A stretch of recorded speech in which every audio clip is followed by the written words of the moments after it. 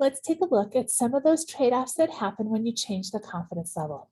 You're going to create 3 confidence intervals based on the same set of information. So consider the height of a sample of 40 men. Assume the population standard deviation of men's heights is sigma equal to 20 centimeters. For each confidence level, we have an 80, a 90, and a 99%. Assume the sample mean holds constant at 175 centimeters. So I would use Excel to do this. You're going to find that confidence interval, the endpoints, and then plot them on the number line in your notes. And then see if you can come to some sort of conclusion about how that interval changes based on the confidence level. So go ahead and pause the video and give these a try.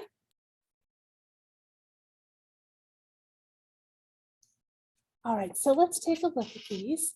A confidence level of 80% means if we created lots of intervals at that level, 80% of them are going to contain the true population mean and 20% are going to be a miss. So that's a pretty significant number of intervals that miss. But that interval is going to go from 171 to 179. So it is a nice tight interval, but we are going to create a lot that are going to miss. On a 90% confidence level here, it'll go 170 to 180. So it's getting a little wider, but only 10% of the intervals created that way are going to be a miss. So much better accuracy. And then at 99%, we're looking at 166 to 183. So that's a really wide interval.